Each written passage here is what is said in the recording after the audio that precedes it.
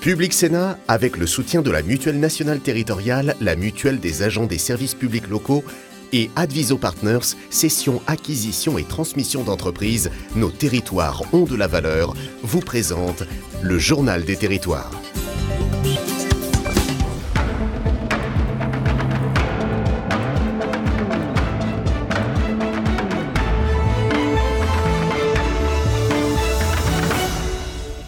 Bonjour à tous et bienvenue dans notre émission avec la presse quotidienne régionale, les télés locales de France, le réseau Via Télévision, les Indes radios, 130 radios qui sont nos partenaires sur tout le territoire français et avec TV5 Monde.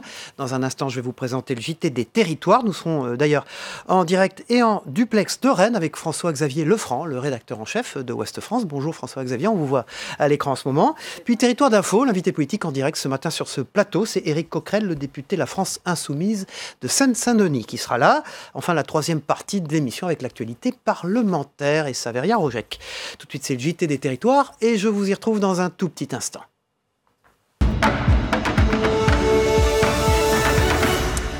On commence ce JT des territoires un peu partout en France. La population se mobilise autour du grand débat national. Vous le savez, les territoires ne veulent pas être les grands oubliés de ce débat. Voilà pourquoi une association de maires ruraux a organisé son propre débat pour inclure la question des territoires. Clémence Rouald pour 8 Mont-Blanc, notre télévision partenaire.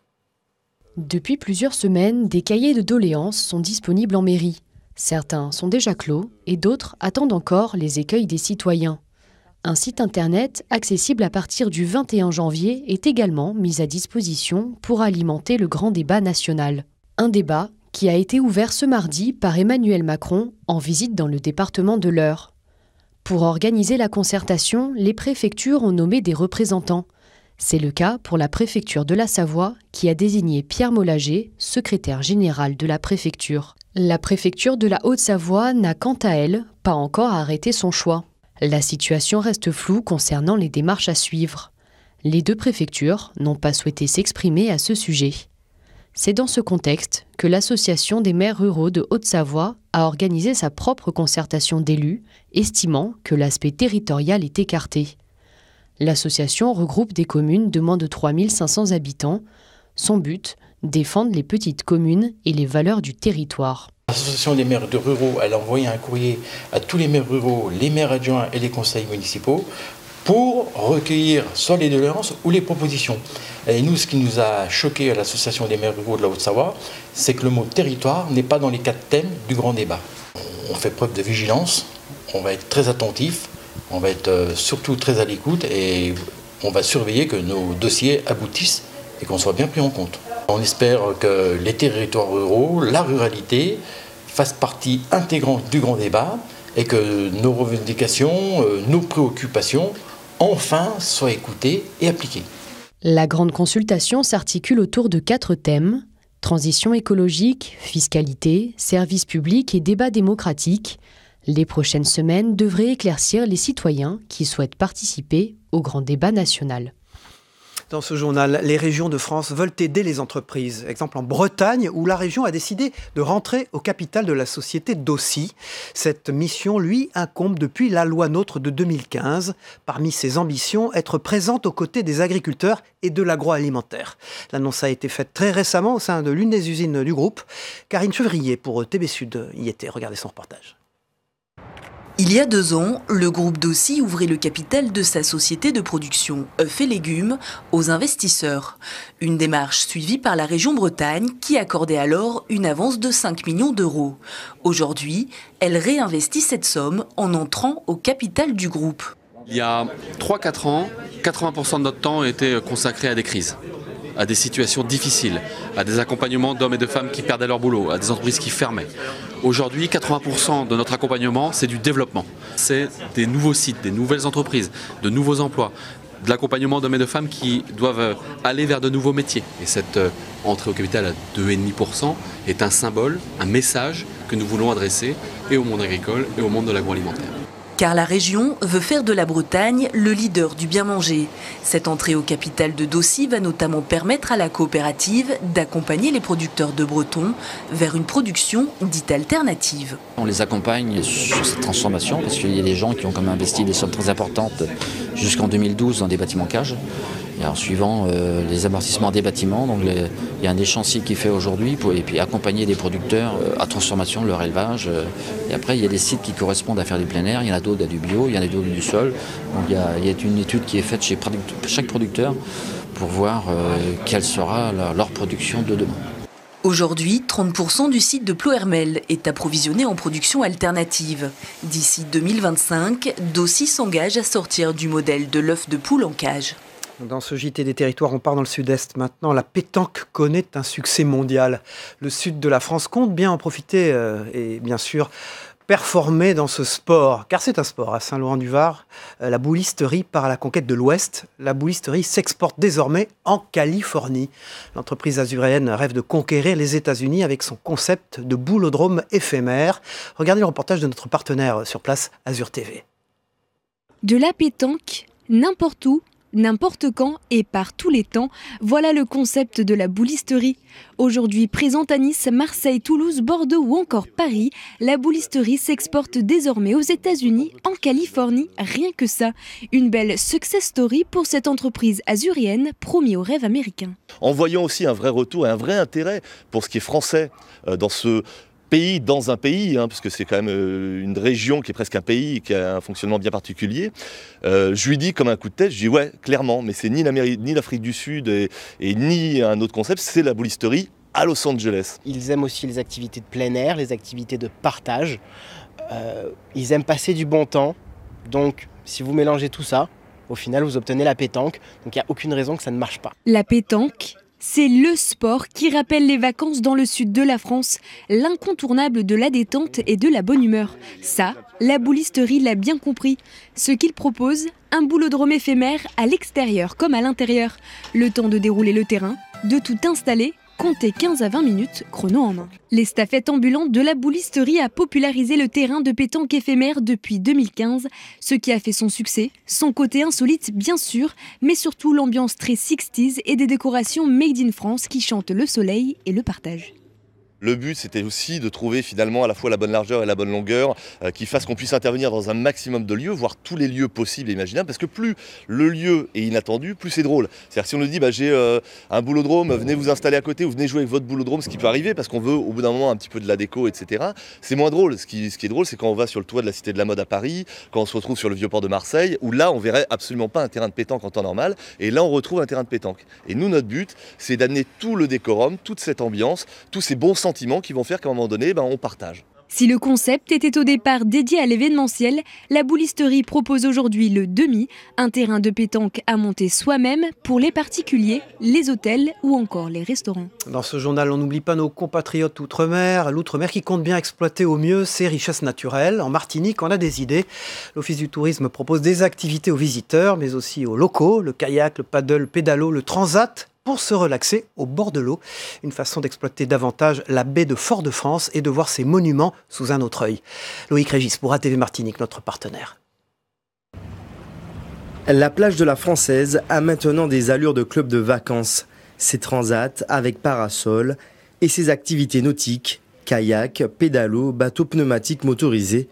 Un petit coin de paradis en plein centre-ville pour le plus grand bonheur des touristes bien sûr, mais aussi des Martiniquais. Je trouve ça bien, c'est un beau petit coin de détente avec leur température. Je trouve ça bien qu'il y ait un petit point d'eau pour relaxer et puis prendre un peu de soleil. Comme tous les samedis, je vais faire un peu d'aquagym tranquille et là j'ai vu qu'ils ont mis une installation, relax, et tranquille. Pas trop cher, ça va. Surtout qu'aujourd'hui il fait beau, donc on en a profité avec les enfants pour faire un petit tour, pour voir la baie autrement, puisque on n'a pas souvent l'occasion d'admirer la baie du côté mer. Des services qui coûtent entre 5 et 10 euros. Les animations seraient proposées durant la période des croisières, mais pourraient s'inscrire dans le temps si le test est concluant. L'idée, c'est d'offrir un panel d'activités autour de palmas tuba, initiation à la plongée, voilà, toute une série d'activités autour du nautisme. Et donc, on essaiera de monter en puissance progressivement. On observe ces 3 premiers jours et puis on verra effectivement ce qu'on pourra mettre en place tout au long de l'année. Mais l'idée, effectivement, c'est d'investir la plage de la Française de façon pérenne. Le centre-ville, les pieds dans l'eau, c'est un atout supplémentaire au cœur de Fort-de-France. Ça permet donc aux touristes aussi qui sont de passage d'allier culture avec la visite du Fort Saint-Louis, visite de la ville, shopping et puis un petit moment de détente à la plage pour ceux qui ne veulent pas passer toute la matinée donc à la plage. Donc c'est une manière aussi de montrer qu'à Fort-de-France on peut prendre un bain de mer puisque la qualité des eaux de baignade est excellente. Un essai qui n'est pas loin d'être transformé. L'Office du tourisme du centre devrait se prononcer ce mois-ci sur le retour de l'opération. On poursuit ce JT des territoires. Vous savez que tout à l'heure à 8h, c'est Éric Coquerel, le député La France Insoumise de Seine-Saint-Denis, qui est notre invité. Dans un instant, c'est les unes de la presse quotidienne régionale et des sites internet. A tout de suite.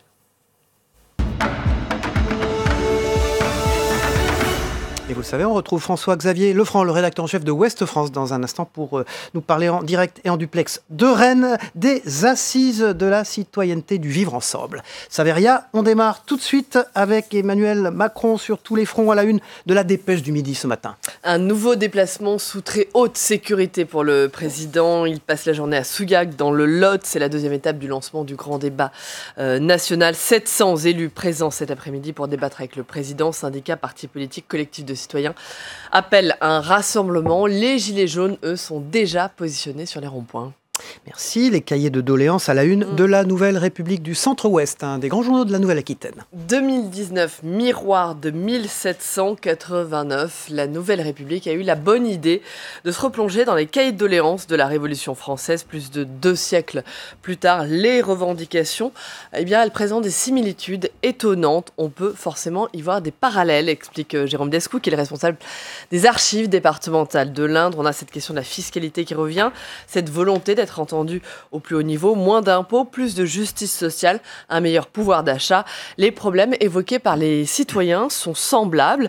Dans les écrits pré-révolutionnaires, on voit une défiance vis-à-vis de la capitale, les signes d'une fracture territoriale entre la ville et la campagne. Et puis sachez que vous pouvez consulter ces cahiers de doléances de 1789 en ligne sur le site internet du département. Le Brexit inquiète et c'est à la une de La Voix du Nord. D'ailleurs, Hervé Favre de La Voix du Nord sera sur ce plateau tout à l'heure pour co-interviewer la région de Calais. Oui, absolument. La région de Calais qui se prépare au pire scénario. Faute d'accord, les contrôles douaniers pourraient reprendre, ralentir les liaisons. Édouard Philippe qui sera à Calais tout à l'heure. La France a déclenché hier un plan lié à un Brexit sans accord.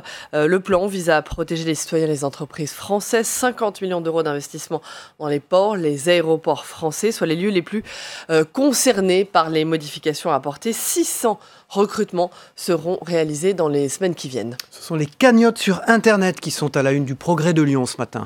1 400 000 euros pour la cagnotte des policiers. La cagnotte de soutien aux forces de l'ordre sera d'ailleurs en partie reversée à des orphelinats, d'abord d'ordre privé. Ces cagnottes ont envahi maintenant la sphère publique pour devenir une nouvelle forme de mobilisation citoyenne. Difficile de savoir précisément ce qui se cache derrière ces dons, car en effet l'anonymat peut être préservé sur la plateforme Litchi et les pseudos sont monnaie courante. Alors, la guerre des cagnottes est-elle ouverte ? Plus de 700 cagnottes ont vu le jour depuis le début de la crise des Gilets jaunes. Merci Saveria, on vous retrouve évidemment en dernière partie de l'émission pour l'actualité parlementaire et elle est riche et importante. Voilà, dans un instant, le Club de la Presse.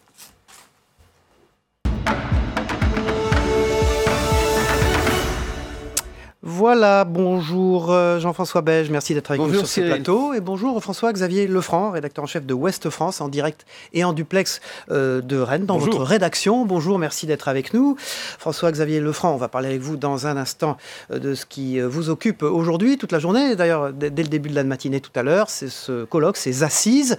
Public Sénat et Ouest France sont partenaires d'un grand rendez-vous du Vivre Ensemble, les assises nationales de la citoyenneté, qui ont lieu à Rennes. Donc, on va retrouver dans un instant vos collaborateurs et vous-même pour nous expliquer ce que ce sont ces assises. Mais tout d'abord, voici le résultat de l'étude d'un sondage que nous avons mené avec l'Institut IFOP, un sondage qui porte sur l'égalité des chances au cœur de vos préoccupations. Aurélien Romano. Premier enseignement de l'étude, les inégalités ressenties par les Français sont très fortes. En 10 ans, elles ont augmenté de 76% pour les Français. Ce sentiment est uniformément partagé. Deuxième enseignement, ce sont les inégalités de salaire qui sont jugées les plus injustes pour les Français, loin devant les inégalités hommes-femmes ou celles d'accès aux soins ou à l'emploi. 2 Français sur 3 citent les inégalités de salaire, alors qu'ils ne sont qu'un tiers à citer l'emploi, les soins, le logement ou la parité. Cette perception des inégalités salariales s'est accentuée depuis la précédente étude. Ils sont 66% à les dénoncer aujourd'hui. Ils n'étaient que 57% en 2015. Troisième enseignement du sondage, ce sont les personnes handicapées et les pauvres qui, pour plus de la moitié des sondés, doivent bénéficier du plus d'efforts. Les habitants des zones rurales isolées ou les personnes élevant seules un enfant, comme les habitants de banlieues difficiles, sont jugées importantes mais pas prioritaires. Et les populations immigrées sont jugées d'importance secondaire. L'enquête pointe également l'insuffisance des performances de l'école. 60% des sondés estiment que le système scolaire français n'assure pas à chaque enfant la même chance de réussir. Enfin, les Français font plutôt confiance aux maires, aux enseignants et aux associations pour résorber les inégalités.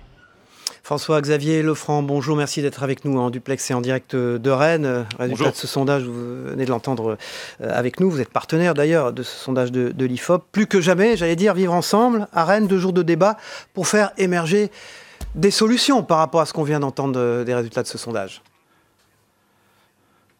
Oui, et on peut ajouter une chose qui n'est pas un détail. Quand on posait la question des inégalités il y a 10 ans aux Français, ils répondaient la même chose. C'est-à-dire que le sentiment d'inégalité, il est très ancien et il est très profond. Et c'est à ça qu'on veut répondre, à travers des débats, à travers des prises de parole, à travers des démonstrations de ce que font un tas d'associations. Il y aura même un concours de start-up. Et pendant 2 jours, on va réfléchir à tous les thèmes qui ont été évoqués dans le sondage qu'on a réalisé ensemble. Il y a du boulot pour résoudre les inégalités, c'est vrai. François-Xavier Lefranc, on a l'impression que vous avez démarré un débat national avant le débat national, puisque font ces assises, c'est la 2e édition. Donc quoi, vous avez eu du nez à Ouest France, vous aviez senti que tout ça allait arriver, j'allais dire ? Notre métier, c'est d'être sur les territoires, c'est d'être au plus proche des gens. On a une très grande rédaction de 570 journalistes qui suit l'actualité de l'Ouest au jour le jour. Et ce sentiment d'inégalité, ça fait longtemps qu'on le perçoit. On n'est pas les seuls. Ça fait longtemps qu'on entend des élus, notamment des maires ruraux, dire on ne pourra pas continuer comme ça. Ça fait longtemps qu'on entend des associations, qu'on entend des bénévoles, qu'on entend des tas de gens qui nous disent ce qui est en train de se passer, ça finira très mal. Et donc on avait décidé, il y a un peu plus d'1 an, de créer cet événement et pendant 2 jours, de regarder à la loupe tout ce qui se fait pour recréer du lien citoyen, parce que c'est quand même bien ça le défi. Et quand on prend la peine de regarder, on se rend compte, et ça rend un peu optimiste, on se rend compte qu'il y a énormément de choses qui sont engagées. Et nous, à Ouest France, on veut les mettre en lumière, justement. C'est l'intérêt de ces 2 jours, de ces assises nationales de la citoyenneté, qu'on organisera chaque année à Rennes, pour en faire un grand moment de réflexion sur des sujets qui sont vraiment majeurs. On le voit bien en ce moment, avec tout ce qui s'est passé. François-Xavier Lefranc, vous le savez, ce journal est retransmis par TV5 Monde à l'international. Donc on vous écoute. Est-ce que ce modèle, le modèle social français, tout ce qu'on dit de la France à l'international reste vrai ? Est-ce que la perception de la France ne s'est pas altérée avec tout ce qui s'est passé ces derniers mois ? Elle s'est sans doute altérée parce que quand on regarde régulièrement, nous on le fait tous les jours, quand on regarde les unes des grands journaux à l'étranger, quand on regarde les sites internet des grands journaux à l'étranger, il y a une vision assez déformée de ce qu'est la France et de ce qu'est la réalité de ce mouvement. En fait, on voit des images souvent prises à Paris, des images de violence qui tournent en boucle, mais ces images-là ne reflètent pas la réalité du mouvement des Gilets jaunes. Je pense qu'il faut regarder les choses dans le détail, et c'est pas toujours ce que fait la presse à l'étranger. Alors sans doute que l'image de la France a été écornée, mais c'est pas tellement ça à mon avis le problème. Ce qu'il faut et ce qui est urgent, c'est de résoudre les causes du malaise. Il y a énormément de boulot, mais beaucoup de travail est engagé. Je le répète, l'élan citoyen, il est là. Hein. C'est pas nouveau. Quand on voit le tissu associatif en France, et c'est ça la réalité de la France, c'est quelque chose d'assez exceptionnel. Alors parlons de ces assises elles-mêmes, donc qui vont ouvrir ce matin à 9h. Louis Echelard, le président du directoire de Ouest France, donc inaugure cette 2e édition. Inscription close, et c'est dans un auditorium absolument extraordinaire, un lieu magique. Hein. Vous y teniez. Oui, c'est un très très bel éditorium qui fait près de 1500 places. Et le lieu lui-même permet au même moment d'avoir un certain nombre de rendez-vous au même moment. Donc il y aura plusieurs débats qui vont se dérouler en même temps pendant ces 2 jours. C'est un auditorium qui portera aussi le nom de François-Régis Hutin, qui a longtemps été le président d'Ouest France, qui est décédé il y a quelques mois. Et c'est un auditorium dans lequel on va rappeler ce matin une chose essentielle. Vous le savez, le propriétaire de Ouest France, c'est une association loi 1901, c'est pas un milliardaire, c'est une association loi 1901 qui défend l'idée de la citoyenneté, de la démocratie. Et c'est ça qu'on va rappeler fortement ce matin pour ouvrir ces assises. Restez avec nous une petite minute encore. Je sais que vous allez accueillir le premier invité de ces assises. Je crois qu'il est le ministre de l'Éducation nationale tout à l'heure. Mais j'ai sur le plateau, donc face à vous d'une certaine manière, Jean-François Beige, qui a été un des dirigeants de Sud-Ouest, un des autres grands quotidiens de la presse régionale. Ce sont des initiatives que la presse quotidienne régionale, que Sud-Ouest aussi peut prendre pour quoi ? Retisser le lien avec les Français. Est-ce que la presse quotidienne régionale a un rôle à jouer dans cette reconnexion nationale ?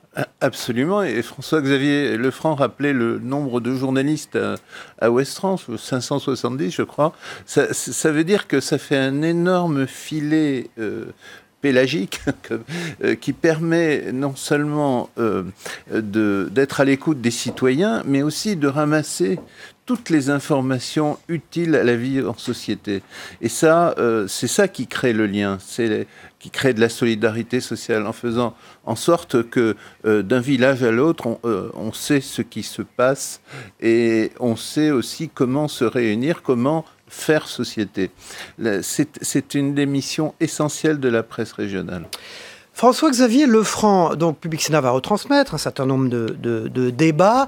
Est-ce que l'inquiétude due au Brexit, à ce qui se passe en Angleterre, peut rejaillir sur ce qui va se passer pendant ces 2 jours ? C'est la une de Ouest France, c'est pour ça que je vous pose la question. L'inquiétude des entreprises. Inquiétude des entreprises de l'Ouest aussi. Vous êtes extrêmement concerné par ça. Alors le sujet sera évidemment abordé parce que quand on parle du vivre ensemble, on ne peut pas ne pas parler de l'Europe. C'est une question majeure aujourd'hui, l'Europe. Alors le Brexit inquiète beaucoup les responsables économiques. C'est vrai que les entreprises sont inquiètes. Si on prend par exemple le cas des pêcheurs, ils sont nombreux sur les côtes françaises à pêcher dans les eaux anglaises. Donc même si on a essayé de les rassurer, comme les pêcheurs, beaucoup d'entreprises sont inquiètes. La vraie question, c'est de savoir ce que va devenir l'Europe. On a des élections européennes dans quelques mois. Quelle Europe voulons-nous ? Cette question-là, elle sera traitée très longuement pendant ces assises, pendant ces 2 jours, avec des responsables français et étrangers qui vont venir débattre avec tous les citoyens qui seront dans la salle. Quelle est l'implication de ce que la PQR procure en numérique maintenant, en termes de réseaux sociaux, de ce type de débat ? Est-ce que, au fond, les discussions peuvent s'organiser autour de cette ère numérique dont on a beaucoup parlé, évidemment, pour les Gilets jaunes, beaucoup parlé ces derniers temps ? Oui, alors je ne l'ai pas dit, l'ensemble des débats est suivi sur notre site internet.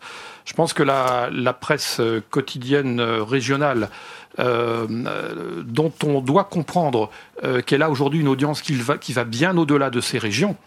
La presse quotidienne régionale, elle est bien placée pour porter les préoccupations de ses lecteurs, pour porter les préoccupations des internautes, des citoyens. Et elle le fait sur ses sites internet, elle le fait sur les réseaux sociaux, elle le fait dans ses journaux. Et je pense que quand on parle des journaux, les seuls journaux, c'est 18 millions de lecteurs tous les jours. Donc, si on rajoute les audiences numériques qui sont assez colossales, la presse, les médias régionaux, ce qu'on appelait les journaux régionaux faits sur des territoires, alors on les appelait régionaux parce qu'ils sont faits sur des territoires, eh bien ces grands journaux ont beaucoup de choses à dire sur la réalité de la France dans toute sa diversité, au plus près des citoyens. François-Xavier Lefranc, vous êtes aussi donc le rédacteur en chef du plus grand quotidien francophone du monde, et donc vous étiez également ce matin, grâce à notre partenariat, donc sur TV5 Monde, la plus grande chaîne francophone du monde. Merci, on vous souhaite bonne chance évidemment pour cette première journée des assises du vivre ensemble, dont la chaîne Public Sénat est partenaire, retransmettra d'ailleurs une partie des débats, et à très vite bien sûr, merci, et j'espère que vous aurez beau temps à Rennes, on regardera dans la météo tout à l'heure ce qu'il en est. Jean-François Beige, ça fait partie, donc vous disiez ce que la presse quotidienne régionale peut apporter au débat. On a vu que Emmanuel Macron était à Souliac, dans le Lot, c'est une région que vous connaissez bien, oui, bien sûr. Je dirais que c'est l'endroit idéal pour transformer l'essai, puisque c'était le pays natal de Roger Coudert. Roger Coudert, l'icône du journalisme et du rugby. Du rugby, voilà. Donc c'est amusant de... Emmanuel Macron, là, vous avez vu, les sondages progressent, 5 points de plus d'adhésion à ce débat national de la part des Français. Ça peut continuer, ça peut marcher aussi bien que ce qui s'est passé dans l'Eure. Vous qui connaissez bien la région, là, les maires du Lot. Les maires du Lot, ils seront pas très différents, en fait, je pense, je ne veux pas trop m'avancer, mais ils ne seront pas très différents des maires de l'heure. Parce que les préoccupations sont un peu les mêmes. On est quand même un pays très centralisé où les difficultés sont assez partagées. Je crois que l'écho ne sera pas tellement différent. Ce sera peut-être les accents seront un peu plus chantants, mais c'est un peu la même problématique, toujours la même, celle des régions qui se sentent très éloignées des centres de décision et surtout où des choses comme la substitution de la voiture électrique à la voiture diesel, etc., posent d'énormes problèmes qui ont été beaucoup sous-estimés. Le président de la République a eu l'air d'être revenu un peu sur certains de ces sujets, notamment les 80 km/h qui posent beaucoup de problèmes dans le sud-ouest. Vous avez dirigé sud-ouest. Oui. Oui, parce que je n'ai vu aucune statistique. Alors il paraît qu'on va en produire bientôt. J'ai pas l'impression que, à part un agacement supplémentaire, parce que toutes sortes de... Franchement, on agace beaucoup les Français. On y va revenir tout à l'heure, avec la politique réveillée. Jean-François Beige, c'est votre éditorial que je conseille aux lecteurs de regarder dans le courrier du Parlement. Voilà, tout de suite, c'est la météo des territoires, le temps qu'il fait en France et dans les territoires français, d'Amérique, du Pacifique, des Caraïbes, de l'océan Indien. On la regarde ensemble, on se retrouve après. La météo vous est présentée par l'Assemblée des départements de France.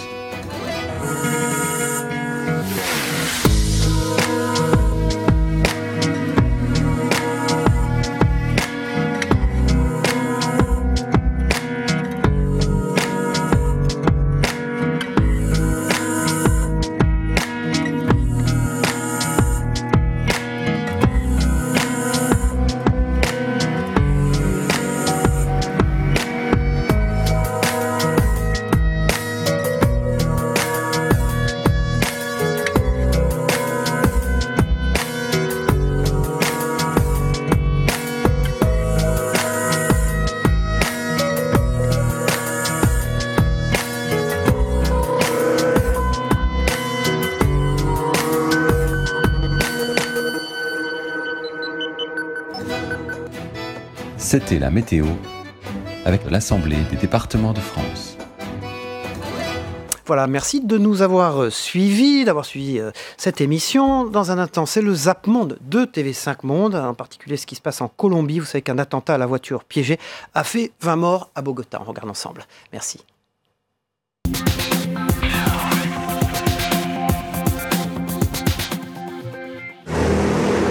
Des officiers de police sur le qui-vive et une tension à son paroxysme. La déflagration a été ressentie jusque dans les rues adjacentes. La voiture remplie d'explosifs venait de la région d'Arauca, où la guérilla de l'ELN est fortement présente. Rudy Giuliani, l'ancien maire de New York, est aujourd'hui surtout connu comme avocat de Donald Trump. Il doit notamment défendre le président américain dans le très épineux dossier des soupçons d'ingérence russe durant la campagne électorale de 2016. En direct sur CNN, il va pourtant faire tout l'inverse. Je n'ai jamais dit qu'il n'y avait pas eu de collusion avec des gens travaillant pour la campagne. Moi, je parle du président des États-Unis.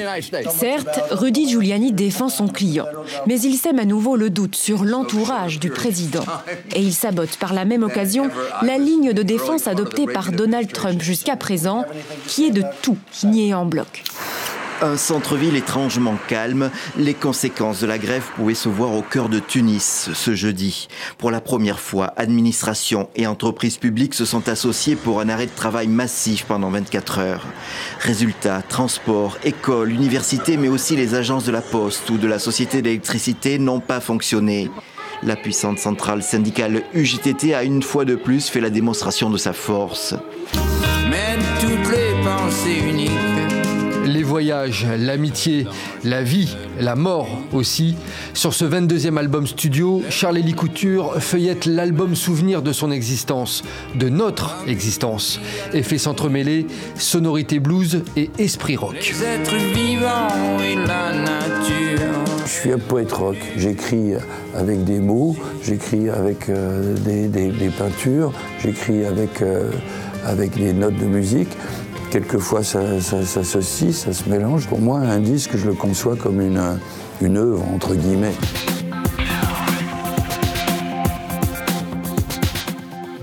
Voilà, on se retrouve tout de suite pour la suite de l'édition.